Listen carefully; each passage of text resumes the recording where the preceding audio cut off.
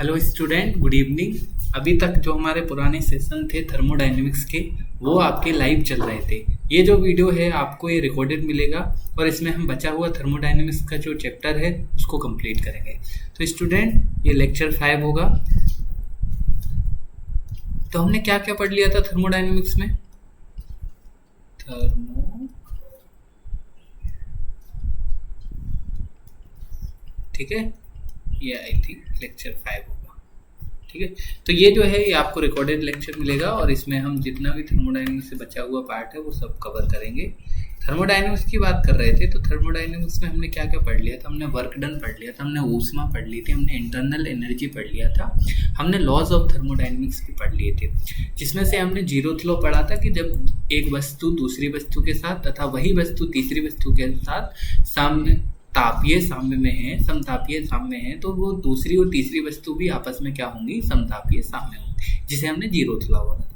First law था जो वो कहता है कि किसी भी सिस्टम की या किसी भी इस अपने संपूर्ण जगत की जो टोटल एनर्जी होती है वो हमेशा कांस्टेंट होती है, क्योंकि ना तो ऊर्जा को नष्ट किया जा सकता है ना ही ऊर्जा को उत्पन्न किया जा सकता है, केवल वो अपने एक रूप से दूसरे रूप में स्थानांतरित होती है। चलिए, तो प्रथम नियम के जो निष्कर्षण थे आज उनको पढ़ना है। प्रथम नियम के निष्कर्षण आज इनको हम पढ़ेंगे। ठीक है, प्रथम नियम के निष्कर्षण की बात कर रहे हैं तो कौन कौन से निकाले, तो उसमें हम क्या करेंगे, अलग अलग एनर्जी के अनुसार, मतलब अलग अलग जो आपके प्रक्रम होते हैं, जैसे समतापीय होता है, समदाबीय होता है, समभारिक होता है, साइक्लिक प्रक्रम होता है, रुद्धोष्मीय प्रक्रम होता है, इन सभी प्रक्रमों में हम वर्क डन क्या होगा, ऊष्मा क्या होगी, उन सभी के बारे में पढ़ेंगे। तो सबसे पहला जो प्रक्रम पढ़ने वाले हैं वो हम क्या पढ़ने वाले हैं? वो हम पढ़ने वाले हैं सम आयतनिक प्रक्रम। क्या है प्रथम नियम? किसमें? सम आयतनिक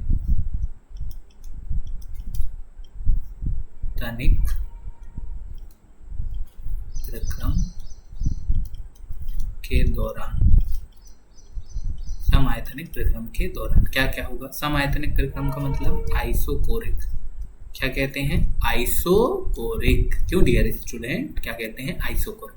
मतलब क्या होता है? इसके अंदर वॉल्यूम क्या होता है? कांस्टेंट होता है। वॉल्यूम क्या होता है? कांस्टेंट होता है। वॉल्यूम कांस्टेंट होता है, यानी V1 और V2 जो है उसकी वैल्यू क्या होती है? बराबर होती है। बराबर होती है तो डेल्टा V क्या है? वो जीरो होता है। V1 V2 बराबर होता है, वॉल्यूम कांस्टेंट होता है, यानी कि डेल्टा जो है, डेल्टा V क्या है? वो जीरो होता है। तो हम वर्क डन में जानते हैं, वर्क डन में क्या जानते हैं? P एक्सटर्नल है ना, P external into delta V होता है वर्क डन। तो वर्क डन भी क्या हो गया? जीरो हो गया। अब वर्क डन जीरो हो गया तो प्रथम नियम अनुसार है ना, फर्स्ट लॉ के अकॉर्डिंग, फर्स्ट लॉ क्या कहता है? फर्स्ट लॉ कहता है कि इंटरनल एनर्जी में परिवर्तन ऊष्मा और वर्क के बराबर होगा। अब वर्क क्या हो गया? जीरो हो गया। तो इस प्रथम नियम के अनुसार सम आयतनिक प्रक्रम में जो इंटरनल एनर्जी का फॉर्मूला निकल के आ रहा है वो क्या निकल के आ रहा है? वो निकल के आ रहा है Q। क्या निकल के आ रहा है? Q।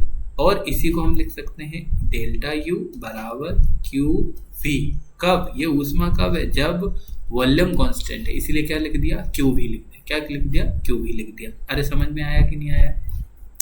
आपको ये वाली बात क्लियर हो गई कि जब समआयतनिक प्रक्रम होगा तो उसमें आयतन कांस्टेंट होता है, तो फाइनल और इनिशियल वॉल्यूम है ना, प्रारंभिक तथा अंतिम जो वॉल्यूम है वो बराबर होंगे। तो वॉल्यूम में परिवर्तन क्या है? शून्य है। अगर वॉल्यूम में परिवर्तन शून्य है तो वर्क डन क्या हो जाएगा? जीरो हो जाएगा। वर्क डन क्या हो जाएगा? जीरो हो जाएगा। अब वर्क डन जीरो हो गया है ना, डेल्टा Q जीरो हो गया। अब इसका मतलब यहाँ पॉइंट लिख सकते हो कि अगर चेंज इन इंटरनल, हिंदी वाले भी ध्यान से सुने, कुछ लोगों की शिकायत थी कि आप इंग्लिश में ज़्यादा लिखते हो, तो मैं दोनों में लिख रहा हूँ और बोलता ज़्यादा हिंदी में हूँ, आप ये ध्यान देना। तो change in internal energy U, वो क्या है? वो इक्वल टू है हीट रिलीज और absorbed bye heat release or absorbed at constant volume volume. इस शॉर्ट में लिख रहा हूँ, ध्यान रखना। हिंदी में लिख लो, हिंदी में लिख लो, आंतरिक ऊर्जा में परिवर्तन, आंतरिक ऊर्जा में परिवर्तन समआयतनिक प्रक्रम, सम आयतन पर ऊष्मा उत्सर्जित या अवशोषित के बराबर होगा। ऊष्मा उत्सर्जित या अवशोषित के बराबर होगा। क्या लिखे हमने? के बराबर होगा। समझ गए? ये वाली बात समझ गए? हमने बोला कि जब आंतरिक ऊर्जा में परिवर्तन है, जब समआयतनिक प्रक्रम है, तो फर्स्ट लॉ के अनुसार हमने निकाला कि आंतरिक ऊर्जा में परिवर्तन ऊष्मा के बराबर होगा। अब या तो ऊष्मा सिस्टम के अंदर आ रही होगी या ऊष्मा सिस्टम के बाहर जा रही, तो इन दोनों चीजों के बराबर ही होता है। ठीक है, अब इसमें भी 2 केस है, उनको भी पढ़ लो। केस 1, केस 2 है ना, केस फर्स्ट और केस सेकेंड। फर्स्ट क्या कहता है? फर्स्ट क्या कहता है कि सराउंडिंग से यानी कि आपका परिवेश से ऊष्मा जो है वो सिस्टम के अंदर आ रही है। कहाँ आ रही है? निकाय में आ रही है। जो एनर्जी है वो कहाँ से? सराउंडिंग से सिस्टम की ओर आ रही है। केस 2 की बात करें तो ऊर्जा परिवेश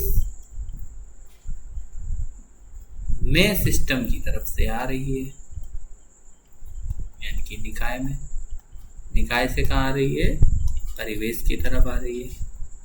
दोनों ये आप सभी सब लोग ये बात समझ गए कि जब सिस्टम के अंदर ऊष्मा आ रही है यानी कि हीट का अवशोषण हो रहा है। क्या हो रहा है? ऊष्मा, हीट एब्जॉर्ब्ड, अवशोषण हो रहा है। और यहाँ बाहर निकल रही मतलब हीट रिलीज हो रही है। क्या हो रही है? रिलीज हो रही है। चलिए ठीक है, आपने दोनों ही केस समझ ली। एक तो या तो सिस्टम के अंदर हीट आ रही होगी या सिस्टम से बाहर हीट आ रही है। अब जब हम जानते हैं हीट अंदर आती है तो क्यू क्या होती है? पॉजिटिव होती है।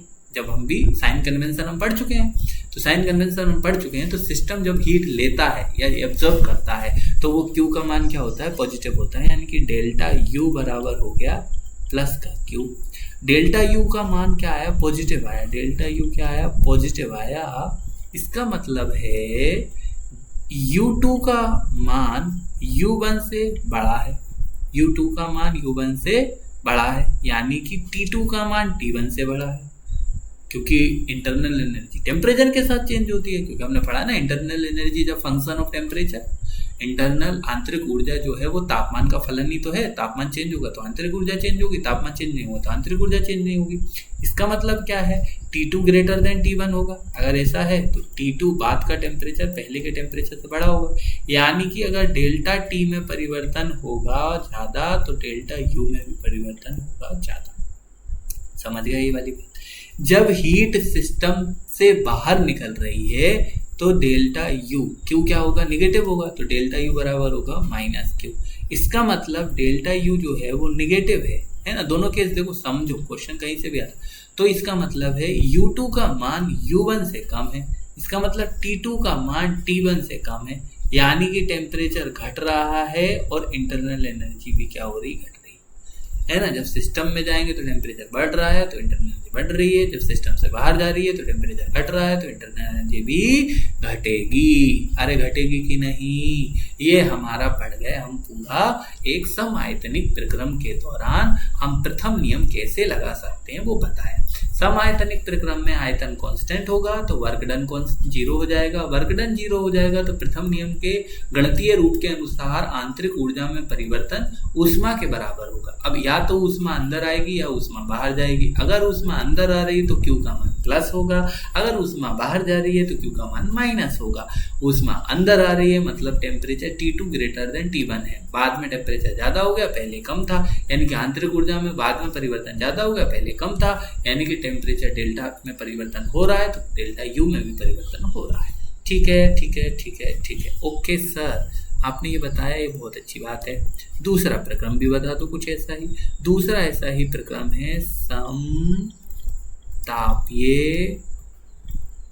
प्रक्रम, है ना, आइसोथर्मल प्रोसेस। कौन सा है? Isothermal process. ठीक है, आइसोथर्मल की बात कर रहे हैं, आइसोथर्मल की बात कर रहे हैं तो नाम नहीं आ रहा आइसोथर्मल, यानी कि टेम्परेचर क्या है? कांस्टेंट है। टी क्या हो गया? कांस्टेंट हो गया। टी क्या हो गया? कांस्टेंट हो गया। टी कांस्टेंट हो गया तो डेल्टा यू का मान क्या होगा? 0 होगा। डेल्टा ई या डेल्टा यू बोलो, दोनों एक ही बात है, वो क्या है? 0 होगा। डेल्टा यू 0 होगा तो फर्स्ट लॉ के अनुसार, फर्स्ट लॉ क्या कहता है? फर्स्ट लॉ कहता है डेल्टा ई बराबर Q प्लस W। अब ये इसका मान 0 हो गया, यानी कि Q बराबर माइनस W। Q बराबर क्या आ गया? माइनस W आ गया। ये आ गया आपका समतापीय प्रक्रम में जो ऊष्मा है वो कार्य के विपरीत होगी। कार्य के क्या होगी? विपरीत होगी। अब एक और बात आप जानते हैं, W बराबर होता है minus P external delta V। देखो मैंने पहले ही बोला था, फॉर्मूले हैं चैप्टर में। U और V में कंफ्यूज मत हो जाना, ढंग से बनाता हूँ, नहीं पता चले दोनों एक ही का मतलब, ये भी है। ठीक है, डेल्टा V। तो इसका मतलब क्या है कि Q बराबर क्या हो जाएगा? Q बराबर हो जाएगा, माइनस ऑलरेडी लगा है, माइनस P एक्सटर्नल और डेल्टा V। तो इसका मतलब Q बराबर हो जाएगा प्लस P एक्सटर्नल और डेल्टा V। क्या हो जाएगा? डेल्टा V हो जाएगा। ठीक है, तो ये चला हमारा फॉर्मूला सम आयतनिक प्रक्रम में। Q किसकी वजह से आए? ये सब फर्स्ट लॉ ऑफ थर्मोडायनेमिक्स की मदद से आ रहे हैं। किसकी वजह से आ रहे हैं? फर्स्ट लॉ ऑफ थर्मोडायनेमिक्स की वजह से आ रहे हैं। ठीक है, अब हम क्या बोले कि आइडियल गैस की जो U है वो ओनली टेम्परेचर पे डिपेंड कर रही है, इसीलिए ऐसा हो रहा है। अब आपने बोला कि समतापीय प्रक्रम में, समतापीय, अगर हम इसको पॉइंट लिखें तो लिख लो, कोई बड़ी तो बात थोड़ी ना है। इन आइसोथर्मल प्रोसेस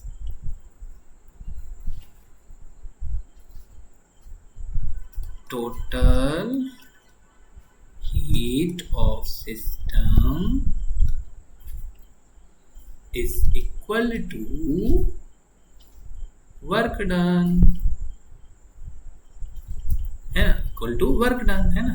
तो क्या बोले कि समतापीय प्रक्रम के दौरान निकाय की आपूर्ति की गई ऊष्मा की कुल मात्रा निकाय के द्वारा कार्य के बराबर होगी, है ना। तो ये आपका हो गया दूसरा प्रोसेस।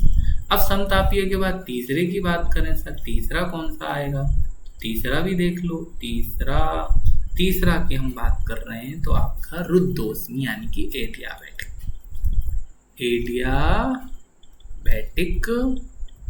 प्रोसेस।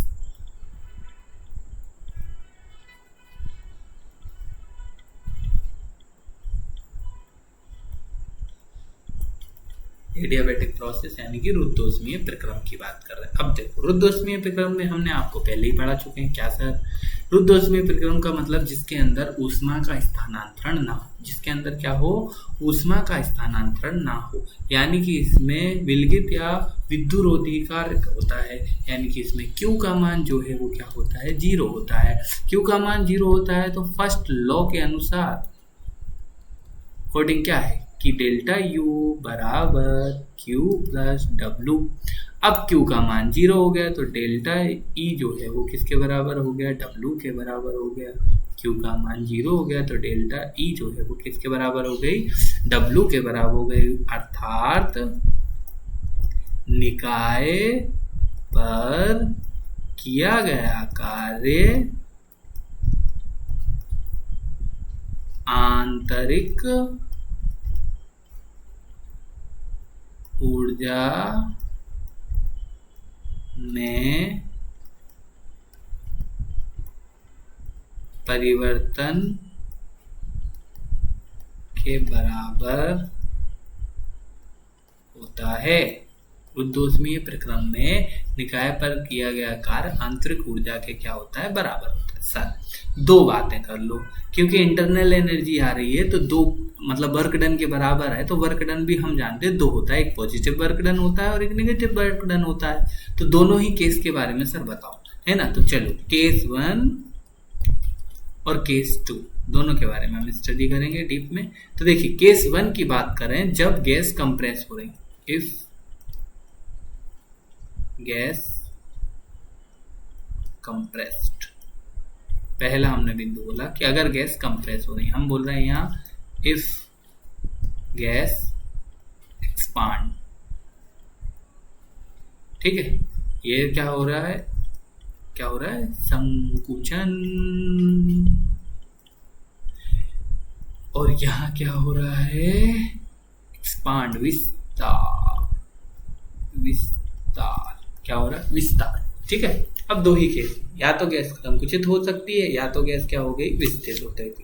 अब देखो आपने ये बात बोली थी कि जब भी गैस का संकुचन होता है, जब भी संकुचन का केस आता है बच्चा, तो क्या होता है, जो वर्क डन होता है वो हमारा पॉजिटिव होता है। कंप्रेशन के केस में या बोलो कि वर्क डन पॉजिटिव तब होता है जब सिस्टम पर कार्य होता है। तो या तो ये लिखेगा कि गैस कंप्रेस्ड हो रही है, संकुचन हो रहा है, या फिर ये लिखेगा work is done on the system. निकाय पर कार्य किया गया, हम सभी जानते हो कंप्रेस कर रहे हैं मतलब खुद दम लगाना पड़ेगा, ध्यान से देखो, खुद क्या करना, दम लगाना पड़ेगा। इसका मतलब जो वर्क होगा वो क्या होगा, वो पॉजिटिव होगा। वर्क डन है तो वो क्या हो गया, पॉजिटिव हो गया। वर्क डन पॉजिटिव हो गया यानी कि डेल्टा यू का मान प्लस डब्ल्यू के बराबर होगा। प्लस डब्ल्यू का बराबर यानी कि डेल्टा यू का मान क्या आ गया, पॉजिटिव आ गया। क्या आ गया, पॉजिटिव आ गया। पॉजिटिव आ गया इसका मतलब डेल्टा यू क्या है, परिवर्तन है, और परिवर्तन कैसे निकाला था, u2 माइनस u1 से। तो u2 माइनस u1 का मान जो है वो धनात्मक आया, अर्थात u2 की वैल्यू u1 से क्या होगी, ज्यादा होगी। इसका मतलब क्या है कि t2 की वैल्यू t1 से ज्यादा है, u2 की वैल्यू u1 से ज्यादा है, अर्थात बाद में तापमान भी क्या हो रहा है, ज्यादा हो रहा है। इसका मतलब क्या है, पॉइंट बहुत इंपॉर्टेंट है। निष्कर्षण से क्या समझे, निष्कर्षण से ये समझे, इधर ही लिख दो, निष्कर्षण से ये समझे कि जब भी गैस को कंप्रेस किया जाता है या जब भी सिस्टम पर कार्य किया जाता है तो क्या होता है, सिस्टम वार्म होता है, गर्म होता है। सिस्टम क्या होता है, वार्म होता है, गर्म होता है ना। यानी कि जब भी गैस का कंप्रेशन करते हैं तो टेम्परेचर बढ़ जाता है। देखो T2 का मान ज्यादा है, U2 का मान ज्यादा आ रहा है, तो T2 का मान ज्यादा होगा। इसका मतलब यहाँ पॉइंट हम लिख सकते हैं क्या, सिस्टम वार्म्स और हीट अप, निकाय गर्म हो जाता है। क्वेश्चन आ जाए एडियाबैटिक प्रक्रम में, क्वेश्चन क्या आ रहा है, एडियाबैटिक प्रक्रम में जब हम किसी सिस्टम के ऊपर कार्य कर रहे हैं तो क्या होगा, इसका मतलब उसको हम संकुचित कर रहे हैं, उसको हम कंप्रेस कर रहे हैं। जब सिस्टम पे कार्य कर रहे हैं तो W का मान पॉजिटिव होगा, W का मान पॉजिटिव है, एडियाबैटिक प्रक्रम है। इसका मतलब आंतरिक ऊर्जा, आंतरिक जो ऊर्जा है वो बाद में बढ़ रही है। आंतरिक ऊर्जा तापमान के साथ बढ़ती घटती है, अगर तापमान बढ़ेगा तो आंतरिक ऊर्जा बढ़ेगी, अगर तापमान घटेगा तो आंतरिक ऊर्जा घटेगी। इसका मतलब ये निकाला कि बाद में आंतरिक ऊर्जा बढ़ रही है, इसका मतलब बाद में तापमान भी बढ़ रहा है। जब तापमान बढ़ रहा है तो सिस्टम क्या होगा, वार्म्स होगा, गर्म होगा और हीट अप्स होगा, है ना। इसका मतलब क्या है, एक और पॉइंट लिख सकते हो, when gas compress in adiabatic process, temperature of gas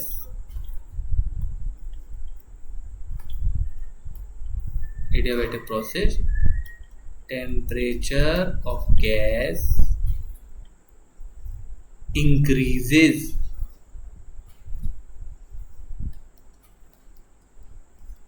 होगा, इंक्रीज। जब रुद्धोष्मीय प्रक्रम में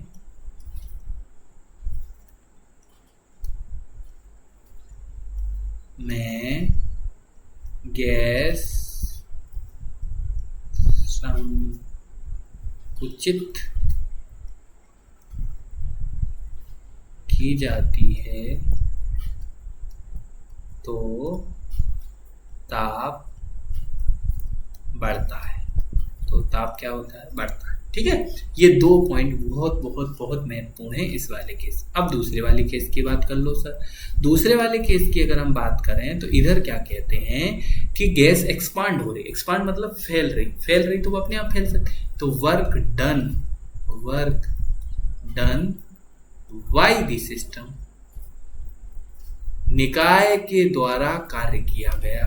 work done by the system, निकाय के द्वारा कार्य किया। निकाय के द्वारा कार्य किया तो W का मान निगेटिव होगा। W का मान क्या होगा? निगेटिव होगा। यानी कि आंतरिक ऊर्जा में परिवर्तन माइनस W होगा। आंतरिक ऊर्जा में परिवर्तन माइनस W होगा। यानी कि डेल्टा E का मान या U का मान जो है वो क्या है? निगेटिव है। ए बच्चा लोग सो तो नहीं गए हैं? ऐसा तो नहीं लग रहा बोर हो रहा है? देखो साहब, फॉर्मूले मालिक, दादा, माई बाप, इसमें इतने फॉर्मूले हैं कि हर एक चीज को एक्सप्लेन करना ही पड़ेगा। तो थोड़ा सा बोरियत हो सकता है, पर बच्चा याद तो करना है, मजबूरी है, सब झेलना है। तो डेल्टा ई का मान क्या आया? निगेटिव आया। इसका मतलब है बाद में आंतरिक ऊर्जा कम हो रही, पहले आंतरिक ऊर्जा ज्यादा है। इसका मतलब बाद में टेम्परेचर कम है, पहले टेम्परेचर ज्यादा होगा। इससे हम 2 निष्कर्ष निकालते हैं, और वो निष्कर्ष क्या है बच्चा? क्या निष्कर्ष हैं? कि जो सिस्टम है, जो निकाय है, वो क्या हो रहा है? ठंडा हो रहा है। सिस्टम है और निकाय है, वो क्या हो रहा है? ठंडा हो रहा है, कूल। सिस्टम और निकाय क्या हो रहा? कूल। सिस्टम और निकाय कैसा हो रहा है? ठंडा हो रहा है। एक्सपेंशन का केस है। किसका केस है? एक्सपेंशन। और वो काय का केस है? कंप्रेशन। ये भी दोनों बात याद रखें, ठीक है। अब सिस्टम कूल्स है तो दूसरा पॉइंट भी बता दो, तो लिख लो when gas expanded expands in adiabatic process, in adiabatic process temperature of gas decreases। ये रहा, ये अपना पॉइंट है। अरे आपको मैं बताता हूँ, सुनो। अच्छा बेहतरीन एग्जाम्पल मेरे सामने है। अभी मौसम चल रहा है गर्मी का। क्या चल रहा है? मौसम गर्मी का चल रहा है। हमने क्या किया, एक कमरा था, उसमें 3 लोग आ सकते। हमने क्या किया, लोग ठूसे, दम लगा के बाहर से धक्का दिया और लोगों को ठूसना चालू किया। और जैसे ही लोगों को ठूसना चालू करेंगे, दबाते जाएं, तो आप लोग खुद देखोगे वातावरण आसपास का गर्म हो जाएगा। सबकी बॉडी हीट अप हो रही है, बाहर निकल, तो वातावरण क्या होगा? गर्म होगा। तो मतलब जब हम बहुत सारे लोगों को इकट्ठा कर रहे हैं, संकुचित कर रहे हैं, कंप्रेस्ड कर रहे हैं, तो हीट क्या हो रही? बढ़ रही। मतलब उसमें आसपास क्या हो रही? गर्माहट हो रही है। यानी कि टेम्परेचर क्या हो रहा है? बढ़ रहा। टेम्परेचर बढ़ रहा तो उस रूम की, उस सिस्टम की आंतरिक ऊर्जा भी क्या हो रही? बढ़ रही है। इसका मतलब समझ गए कंप्रेशन के। अब हमने को तो कमरे में 10 लोग थे, हमने निकालते गए, एक एक से निकाल। तो क्या हुआ कि कमरे में फैलाव हो जाएगा, लोग दूर दूर पहुंच जाएंगे, तो ठंडे बढ़ जाएंगे। इसका मतलब सिस्टम कैसा हो रहा? ठंडा हो रहा। आंतरिक ऊर्जा क्या हो रही? घट रही है। आंतरिक ऊर्जा घट रही है तो तापमान भी क्या हो रहा? घट रहा है। ये आपका सिस्टम का 2 केस थे जो आपको हमने बता दिए हैं। अब देखिए नेक्स्ट प्रक्रम की बात करें। सर नेक्स्ट प्रक्रम कौन कौन सा है? रुद्धोष्मीय हो गया। अब पढ़ो आपका चौथा है साइक्लिक प्रक्रम। साइक्लिक प्रोसेस, साइकिल ने मारी, एक गाना है ना साइकिल वाला है, आदिवासी सॉन्ग। चक्रीय प्रक्रम है ना के दौरान साइक्लिक में क्या होता है वो हम देख रहे हैं। चक्रीय प्रक्रम के दौरान क्या क्या होता है? अब आप सभी लोग जानते हैं कि जो चक्रीय प्रक्रम होता है उसमें हीट का आंतरिक ऊर्जा में जो परिवर्तन है वो 0 होता है। क्यों? क्योंकि आंतरिक ऊर्जा एक स्टेट फंक्शन है, वो प्रथम और अंतिम जो स्टेट होगी उस पर निर्भर करता है। लेकिन चक्रीय प्रक्रम में क्या होता है, हम ए से शुरू होते हैं, घूम फिर के फिर कहाँ जाते हैं? ए पे ही वापस आते हैं। तो फाइनल और इनिशियल स्टेट जो है वो सेम है, क्या है, सेम है, और फाइनल और इनिशियल स्टेट सेम है। इसका मतलब है कि इंटरनल एनर्जी क्या होगी, जीरो होगी। और इंटरनल एनर्जी जीरो हो गई तो फर्स्ट लॉ के according to first law delta E बराबर क्यू प्लस डब्लू। तो डेल्टा ई जीरो हो गया तो अपना क्यू बराबर हो गया माइनस डब्लू। ये इसका भाई है। इधर ई बराबर माइनस डब्लू होता है, ई बराबर डब्लू होता है, चाहे प्लस का बोलो चाहे माइनस का बोलो, है ना। ई बराबर डब्लू होता है ना, दोनों हो सकते हैं, प्लस माइनस दोनों, है ना, निशान मत लगाओ, ठीक है। तो ई बराबर डब्लू है। अब यहाँ क्या, क्यू बराबर, लेकिन कौन सा, माइनस डब्लू। क्यू बराबर क्या हुआ, माइनस डब्लू हुआ, यानी कि निकाय द्वारा किया गया कार्य निकाय द्वारा अवशोषित ऊष्मा के बराबर होगा। समझ गए, अरे बच्चा समझ गए। ये था आपका साइक्लिक प्रक्रम फर्स्ट लॉ के अनुसार। नेक्स्ट देखो फोर्थ फिफ्थ की बात कर रहे हैं तो आइसोबारिक प्रोसेस। चलिए नेक्स्ट जो प्रक्रम है 5 वाला, उसका नाम है आइसोबारिक प्रोसेस। आइसोबारिक प्रोसेस की हम बात कर रहे हैं तो आइसोबारिक प्रोसेस के अंदर क्या होगा, जो प्रेशर है वो क्या होगा, कांस्टेंट होगा। प्रेशर क्या होगा, कांस्टेंट होगा।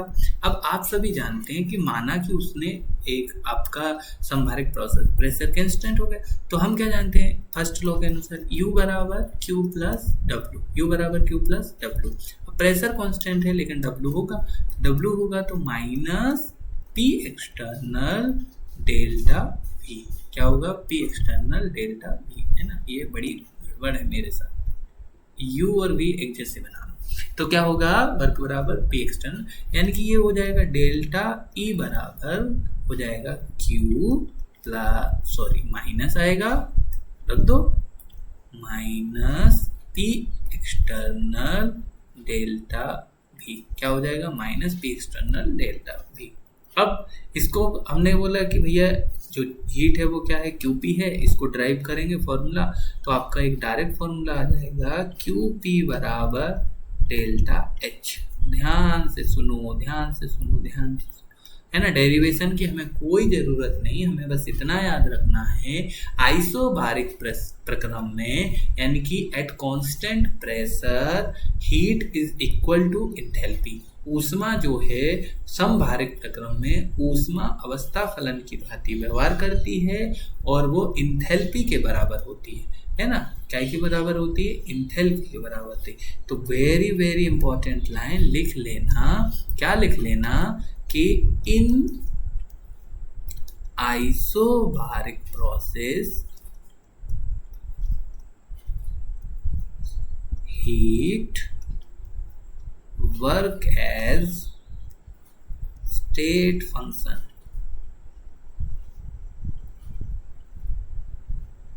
है ना, स्टेट फंक्शन। समभारिक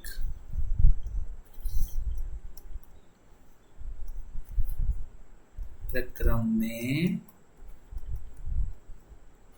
ऊष्मा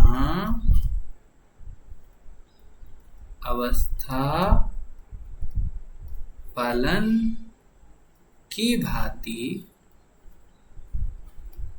कार्य करती है, की भांति व्यवहार करती है, ऐसा लिखो, कार्य नहीं, व्यवहार करती है। ठीक है, समझ गए, ये पॉइंट है, बहुत इंपॉर्टेंट है, याद रखना। ठीक है, अब इसकी बात कर रहे हैं हम नेक्स्ट पॉइंट। नेक्स्ट देखिए, नेक्स्ट ध्यान से देखिए, आइसोलेटेड सिस्टम की बात कर, आइसोलेटेड सिस्टम, है ना। विलगित निकाय की बात कर रहे हो, विलगित निकाय की आप बात कर रहे हो बच्चा, तो क्या बात याद रखना, Q भी जीरो होता है, W भी जीरो होता है ना। तो डेल्टा U बराबर Q प्लस W यानी कि जीरो। यानी कि U2 और U1 का मान बराबर होता है, यानी कि डेल्टा U जो है वो जीरो होगा, डेल्टा U जो है वो भी क्या होगा, जीरो। यानी कि U क्या होता है, वो कांस्टेंट होता है। क्या होता है, कांस्टेंट होता है।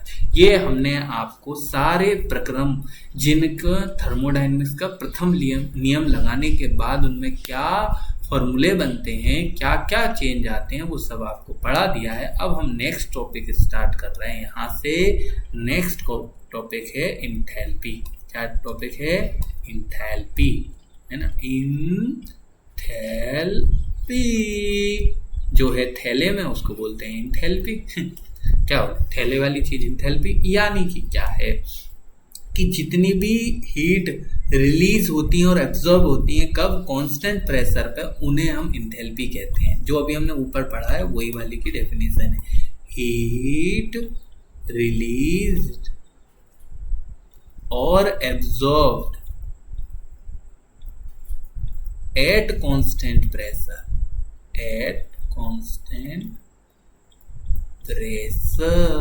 इज नोन एज इंथैल्पी, है ना। इंथैल्पी का मतलब क्या है, लिख लो इसको भी। इसका गणितीय रूप तो अलग है, मतलब किसी भी निकाय में जब समभारिक स्थिति में, जब, इसको हिंदी में लिखो, जब निकाय में समभारिक स्थिति में ऊष्मा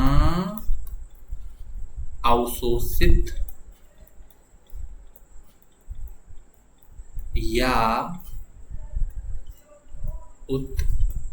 उत्सर्जित हो तो उसे एंथैल्पी कहते हैं। तो उसे क्या कहते हैं,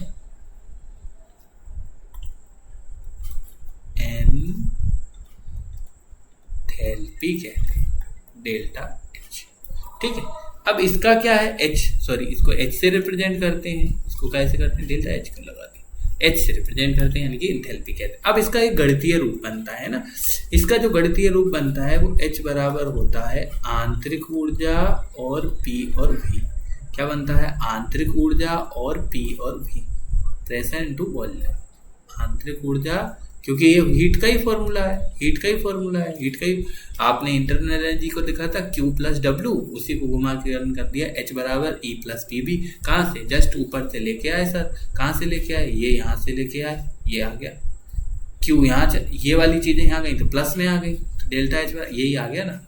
इधर ही वाला तो फॉर्मूला है, यही तो था, ये था, तो ये PV था, ये माइनस में उधर गया तो प्लस में हो गया, तो Q एट कांस्टेंट प्रेशर बराबर क्या हो गया, E प्लस PV, और Q एट कांस्टेंट प्रेशर, इसको ही क्या बोलते हैं, इंथैल्पी बोलते हैं, इसको ही क्या बोलते हैं, इंथैल्पी। तो आइसोबारिक प्रोसेस से ही हमारा इसका मान निकल आया, है ना।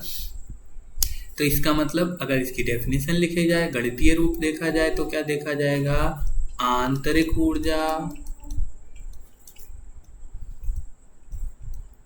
तथा दाब आयतन, यानी कि P और V ऊर्जा के योग के बराबर होगा, के योग को इंथैल्पी माना गया,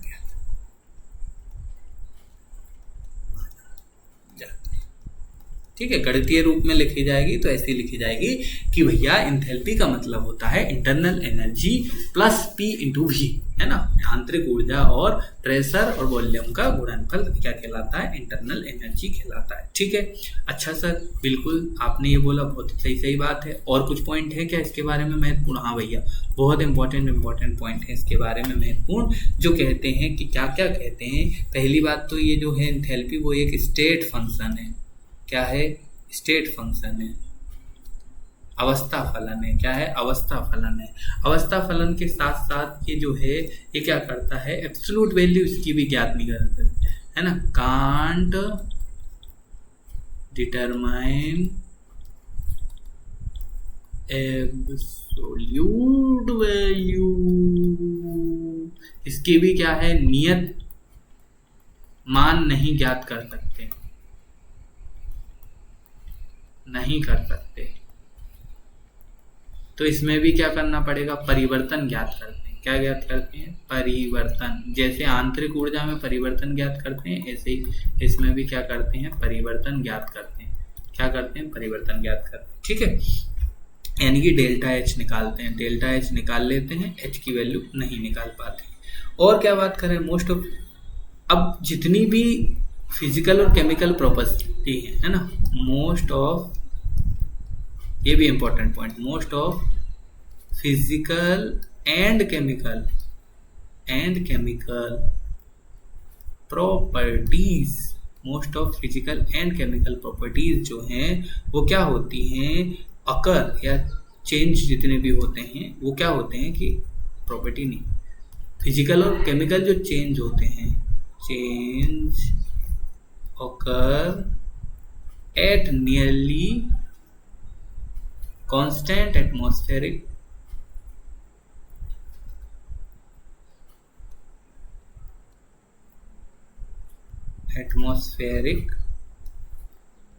प्रेशर। ठीक है, कांस्टेंट एटमॉस्फेरिक प्रेशर में लगभग सारे आपके रासायनिक और भौतिक परिवर्तन होते हैं। इसका मतलब है सब में जो उसकी इंथैल्पी है वो उनकी आंतरिक ऊर्जा और आयतन और दाब के गुणनफल के योग के बराबर होगी। ये सब हमने निकाल दिया। उदाहरण क्या है सर, इनके उदाहरण भी बता दो। अच्छा, उदाहरण भी पूछोगे तो ओपन फ्लास्क में, खुले फ्लास्क में अभिक्रिया, खुले फ्लास्क में क्या है, अभिक्रिया। ओके, दूसरा उदाहरण भी बता दो, है ना। और क्या है, फ्रीजिंग ऑफ लेड, हाँ, फ्रीजिंग ऑफ, उसका जमना, वो पूरा खुले में आपकी जो जितनी भी वो क्या बोलते हैं आप, छोटी सी तालाब टाइप, उसका झरना, वो क्या कहलाता है, ये कहलाता है। दूसरा पॉइंट इंपॉर्टेंट क्या है कि जो इंथैल्पी है, enthalpy relates directly to energy changes at constant pressure, है ना। जो एंथैल्पी है वो एक कांस्टेंट दाब पर, स्थिर दाब पर ऊर्जा के परिवर्तनों के सीधे सीधे संबंधित होती है। क्या क्या होती है, सीधे सीधे संबंधित होती है। ठीक है, तो हम ये तो समझ गए, एक स्टेट फंक्शन है, स्टेट फंक्शन मतलब अवस्था फलन है,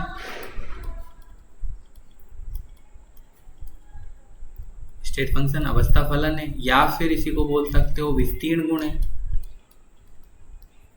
विस्तीर्ण गुण मतलब एक्सटेंसिव प्रॉपर्टी। क्यों, क्योंकि इसमें E भी है और V भी है, ये दोनों के दोनों ही एक्सटेंसिव प्रॉपर्टी है, इसलिए वो है। तो इतने हमने आपको इंपॉर्टेंट पॉइंट बताए एंथैल्पी से। अब दूसरी इंपॉर्टेंट बात क्या है, एंथैल्पी का एक ड्राइव्ड फॉर्मूला आता है और जिससे बनते हैं क्वेश्चन। वो कौन सा है, तो वो है डेल्टा H बराबर delta E plus delta NG/RT। बस ये फॉर्मूला है जिससे क्वेश्चन बनते हैं।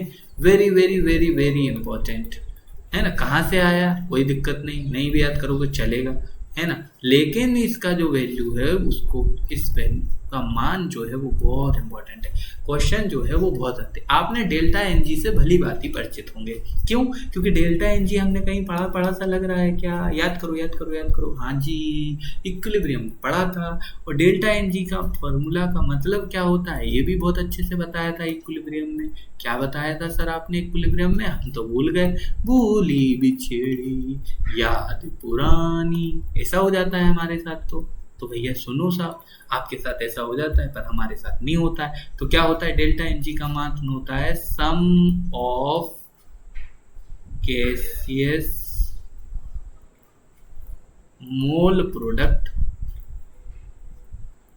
Minus sum of gaseous mole reactant. यानी कि डेल्टा एनजी जो था उसका हम सीधा सीधा निकाल लेते हैं number of product minus number of reactant. क्या निकाले थे, number of product minus number of reactant. इस हिसाब से हमें क्या मिलता था, क्वेश्चन मिलते थे। अरे सर आपने तो इसके 3 मान भी लिखाए थे, याद आ रहा। अब थोड़ा दिमाग पे जोड़ दिया तो याद आया, डेल्टा एन जी 0 भी हो सकता है, डेल्टा एन जी प्लस भी हो सकता है, डेल्टा एन जी माइनस भी हो सकता है। तो तीनों ही केस की स्टडी कर लो सर, क्योंकि अगर प्लस माइनस है तो इसका मतलब अलग अलग केस बन रहा होगा।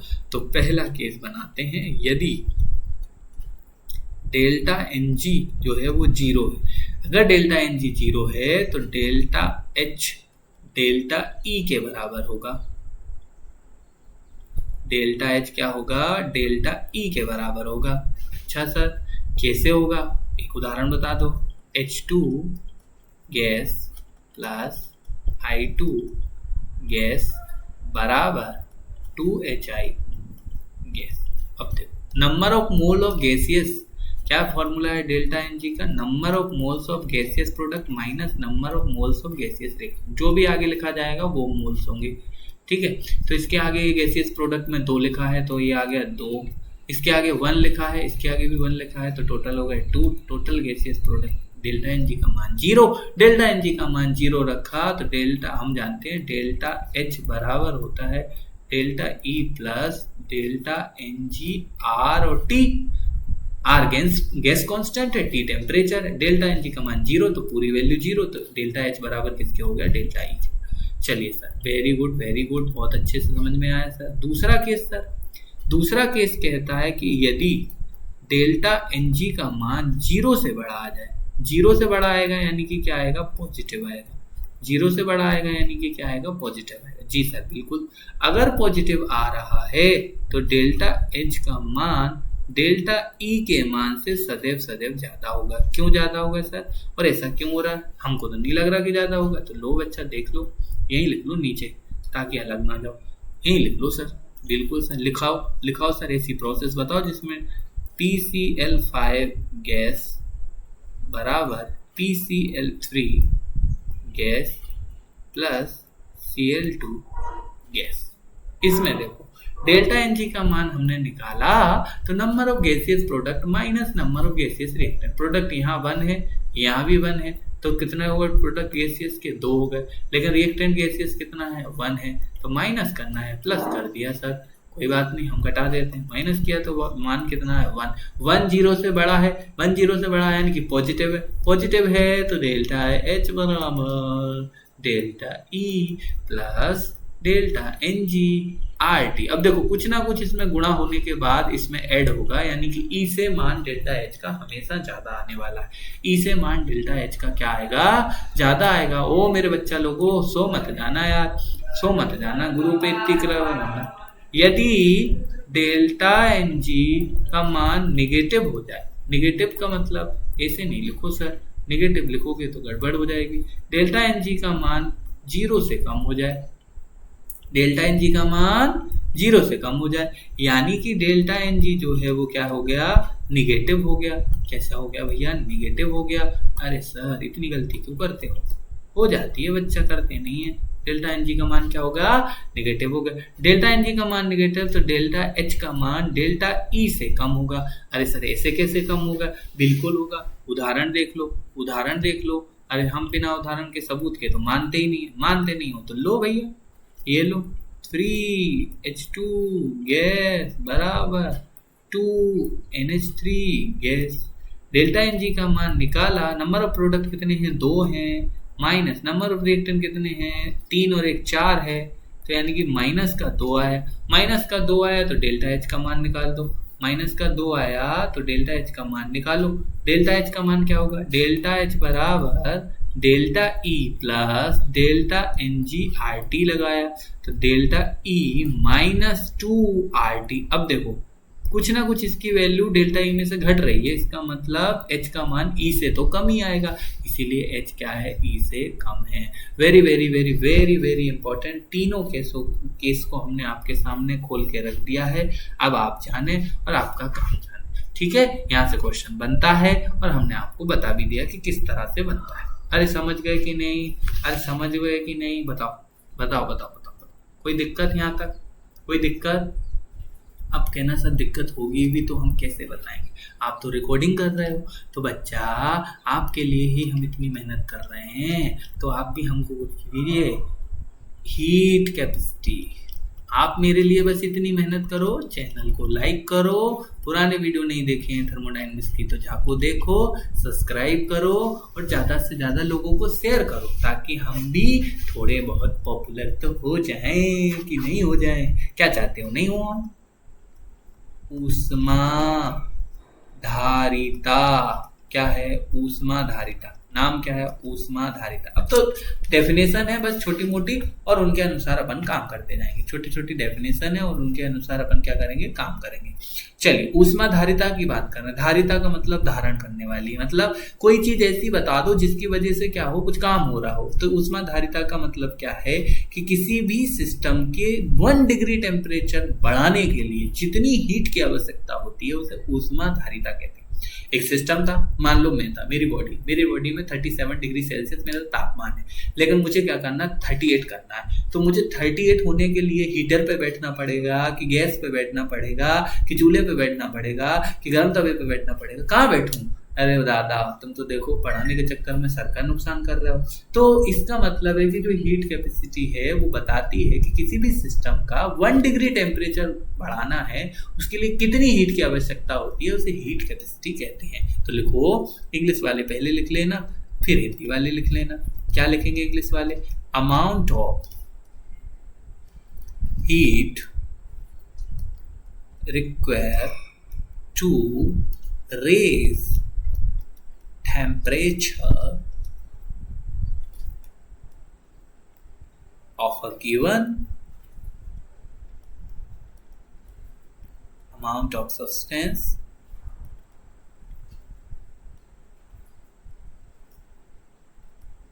by 1 degree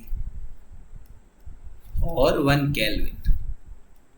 चाहे तो 1 डिग्री की बात करें, चाहे 1 केल्विन की बात करें, दोनों ही केस में उसको हम क्या बोलेंगे, हीट कैपेसिटी यानी कि ऊष्मा धारिता।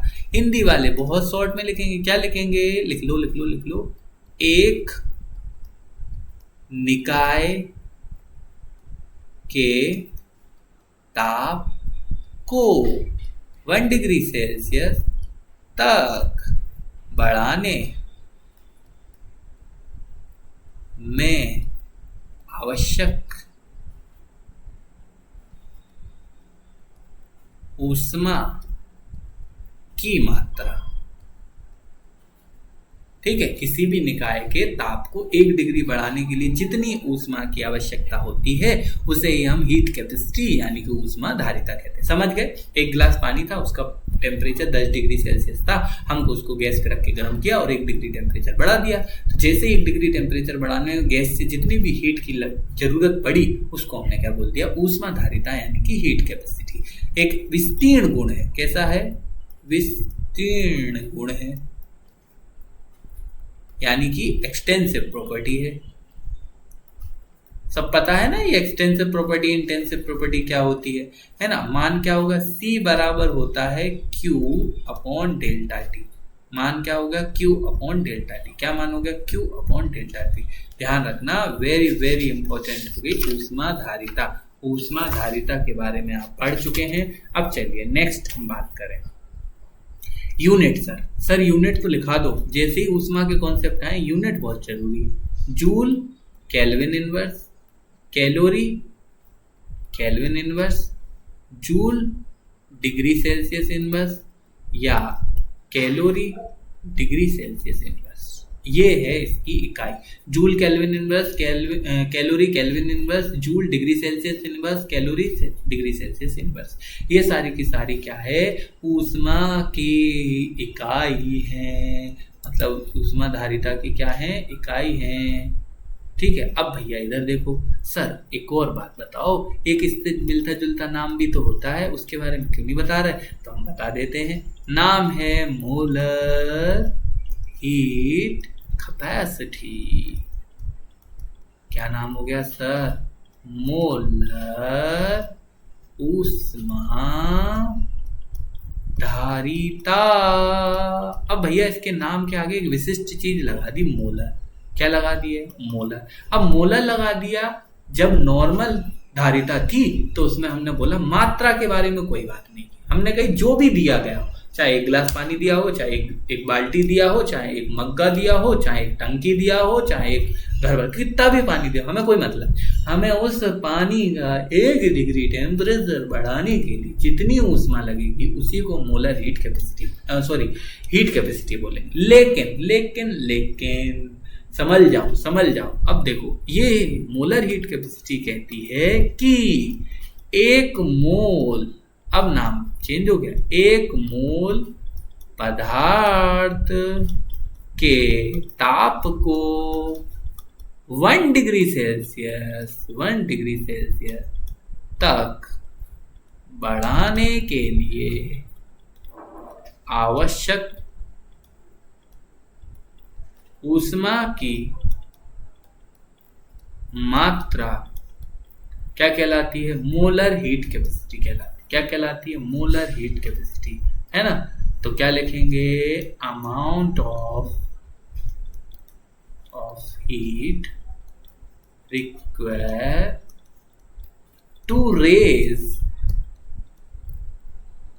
1 degree Celsius temperature of 1 mole substance. बस यही ध्यान रखना कि जब 1 मोल पदार्थ को 1 डिग्री टेम्परेचर बढ़ाने के लिए जितनी ऊष्मा की आवश्यकता होती है उसे हम मोलर हीट कहते हैं। उसे क्या कहते हैं, मोलर हीट कहते हैं। लेकिन ओनली हीट कैपेसिटी बोला गया तो हीट कैपेसिटी का मतलब जैसा भी दिया हुआ पदार्थ है उसका टोटल का हमें क्या करना है, 1 डिग्री टेम्परेचर बढ़ाना है। इसका मतलब क्या है, इसको हम Cm से निरूपित कर रहे हैं। किससे निरूपित कर रहा है, Cm से निरूपित कर रहा है। ये जो होगी वो होगी Q, स्पेसिफिक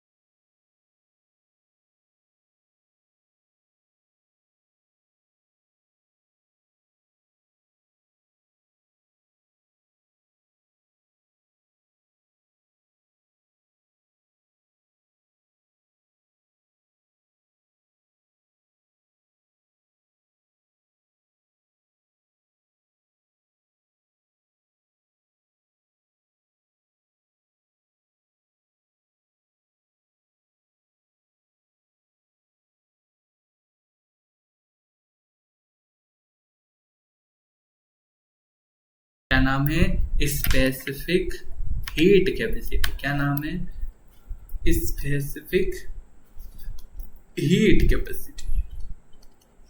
क्या नाम है, स्पेसिफिक हीट कैपेसिटी, यानी कि विशिष्ट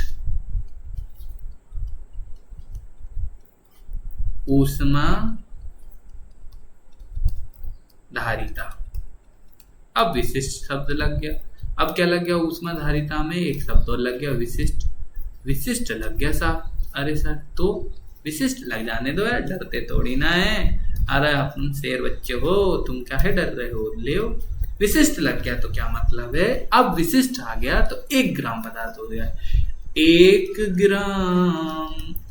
ग्राम पदार्थ के ताप को 1 डिग्री सेल्सियस तक बढ़ाने के लिए आवश्यक 1 ग्राम पदार्थ के ताप को 1 डिग्री तक बढ़ाने की आवश्यक मात्रा, ऊष्मा की मात्रा, आवश्यक ऊष्मा की मात्रा क्या कहलाती है, विशिष्ट ऊष्मा धारिता की मात्रा, है ना। तो क्या है, इंग्लिश वाले भी लिख लो, amount of heat required to raise 1 degree, है ना, टेम्परेचर ऑफ 1 ग्राम सब्सटेंस। तो तीनों के बारे में बात कर लो सर। केवल हीट कैपेसिटी की बात करो सर, मोलर हीट कैपेसिटी की बात करो और स्पेसिफिक हीट कैपेसिटी की बात करो, इसको एस लगा दो। सर मोलर हीट कैपेसिटी होती है Q upon delta T. Sir sorry, specific heat, sorry my mistake, I apologise. सिर्फ हीट कैपेसिटी ऊष्माधारिता होती है Q अपॉन डेल्टा टी। जो मोलर हीट कैपेसिटी है वो होती है ऊष्माधारिता बटा में n या फिर Q upon n delta T. जो विशिष्ट ऊष्माधारिता होती है वो होती है Q m डेल्टा टी। अब देखो वहां मोल था तो मोल आ गया है, m मतलब पदार्थ की मात्रा है तो वो आ गया। ध्यान ये रखना, ये एक इंटेंसिव प्रॉपर्टी है, बस यही क्वेश्चन इंपॉर्टेंट है। ये इंटेंसिव प्रॉपर्टी है और ये ऊपर की दोनों ये क्या है, ऊष्माधारिता एक्सटेंसिव प्रॉपर्टी, ये भी एक्सटेंसिव। मोलर वाली भी क्या है, ये ऊपर वाली कौन थी, ये वाली कहाँ थी, कहाँ ये रहा, ये एक्सटेंसिव प्रॉपर्टी। ये वाली कौन सी, इसका भी लिख लो, ये इंटेंसिव प्रॉपर्टी है। दोनों ही मोलर और विशिष्ट प्रॉपर्टी है। मोलर और विशिष्ट जो है वो इंटेंसिव है, जबकि ओनली हीट कैपेसिटी जो है वो एक्सटेंसिव है। मोलर हीट कैपेसिटी की सर यूनिट नहीं लिखा है आपने, तो गलत बात है, यूनिट भी लिख लो, यूनिट लिखो। मोलर हीट कैपेसिटी की यूनिट क्या क्या होगी, तो वो होगी joule mole inverse kelvin inverse, calorie mole inverse kelvin inverse, है ना, mole inverse degree Celsius inverse. और क्या होगा, और होगा सर कैलोरी मोल इनवर्स और डिग्री सेल्सियस इनवर्स। ये joule inverse, joule mole inverse degree Celsius inverse, calorie mole inverse degree Celsius inverse, joule mole inverse kelvin inverse, calorie mole inverse kelvin inverse. ठीक है, ये हो गई आपकी unit. लेकिन आपने विशिष्ट मोलर हीट कैपेसिटी की यूनिट नहीं लिखाई, तो लिख लो, इसकी यूनिट भी होगी joule gram inverse kelvin inverse, calorie gram inverse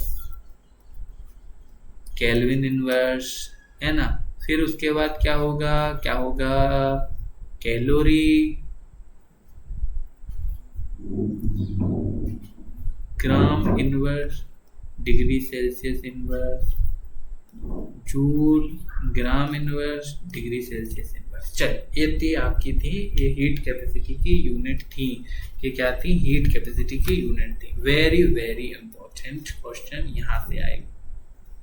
अब क्या है, 1 मोल गैस के लिए, 1 मोल गैस बहुत ज्यादा, वीआईपी डालो, मोस्ट इंपॉर्टेंट डालो, कुछ भी डालो, हम लाल पेन से लिख रहे हैं, बहुत ज्यादा। Cp माइनस Cv बराबर R, ये रिलेशन बहुत जरूरी है। Cp माइनस Cv बराबर R। ऊष्माधारिता कांस्टेंट प्रेशर पर, ऊष्माधारिता कांस्टेंट वॉल्यूम पर, दोनों का डिफरेंस रेट गैस कांस्टेंट के बराबर होता है। ये कब फॉर 1 मोल गैस, लेकिन Cp माइनस Cv बराबर NR, ये होता है कब, जब N मोल गैस हो, और N मोल गैस। बहुत ही ज्यादा महत्वपूर्ण सवाल है, बहुत ही ज्यादा महत्वपूर्ण कॉन्सेप्ट है, क्वेश्चन अच्छे खासे इससे आते हैं। अब देखो हुआ क्या कि जो मोलर हीट कैपेसिटी थी Cm, जिसको हमने मोलर हीट कैपेसिटी बोला, एट कांस्टेंट प्रेशर होगी और एट कांस्टेंट वॉल्यूम होगी। कांस्टेंट प्रेशर पर इसी मोलर हीट कैपेसिटी को Cm बोला, और ये क्या थी, Qn डेल्टा T थी, है ना। और कांस्टेंट वॉल्यूम पर इसी को हमने Cv बोला। क्या बोला, Cv बोला। ये क्या थी, Qvn डेल्टा T, है ना, क्योंकि हीट भी तो अलग अलग होती है, कांस्टेंट प्रेशर पे Qp होती है और कांस्टेंट वॉल्यूम पे ये होती है। अब आप सभी जानते हैं जो Qp था, आप लोग सब पता है, सब जानते हो, Qp जो था वही था m, ऐसे उधर जाएगा ना, ये उधर जाएगा तो ये हो जाएगा n, ऐसे हाँ ऐसे लिखो ना, n Cp डेल्टा T। ऐसे इधर जो हो जाएगा QV जो हो जाएगा वो हो जाएगा mCV डेल्टा T। हो गया। अब आप सभी क्या क्या जानते हो, QV को ही हम क्या कहते हैं, आंतरिक ऊर्जा में परिवर्तन। ऊष्मा कभी भी समभारिक स्थान पर या समदाब स्थान पर, दोनों ही केस में, दोनों ही सम आयतनिक बोलो या समभारिक बोलो, दोनों ही केस में क्या होता है, उनका अलग अलग नाम होता है। जब QP की बात कर रहे हैं, जब एट कांस्टेंट प्रेशर जो हीट एब्जॉर्ब और रिलीज होती है वो इंथैल्पी के चेंज के बराबर होती है। एट कांस्टेंट प्रेशर समभारिक स्थिति में जो भी ऊष्मा उत्सर्जित या अवशोषित होती है उसका मान डेल्टा H के परिवर्तन इंथैल्पी के परिवर्तन के बराबर होता है। लेकिन एट कांस्टेंट वॉल्यूम जो भी ऊष्मा अवशोषित या उत्सर्जित होती है उसका मान आंतरिक ऊर्जा के परिवर्तन के बराबर होगा। इसके बराबर होगा, आंतरिक ऊर्जा के परिवर्तन के बराबर होगा। और उसी से हमारा ये फॉर्मूला निकल के आया CP minus CB। CP minus CB बराबर क्या था, R था। क्या था, R था। बस अब इसके ही कुछ कुछ बनते हैं जिनसे क्वेश्चन पूछा जाता है। CP अपॉन CV जो है वो डिग्री इसके बराबर होता है, जिसे पॉइसन अनुपात कहते हैं। क्या कहते हैं, पॉइसन्स रेशियो, है ना, हिंदी में बोलते हैं पॉइसन का अनुपात। लो भैया, बहुत ही बोरिंग चैप्टर है, बच्चा बहुत परेशान हो गए हैं सर, अब नहीं पढ़ना। बस बेटा थोड़ा सा और रहा, थोड़ा सा और रहा। आदर्श गैस के लिए अगर हम इनके पॉइंट देखें, आदर्श गैस के लिए, लो भैया आदर्श गैस के लिए देखें तो CV की बात करें तो उसका जो होता है वो होती है 3/2 R। CP के मान की बात करें तो वो होती है 5/2 R। और CP अपॉन CB यानी गामा का मान होता है 5/3 यानी कि 1.66। कितना आएगा, 1.66।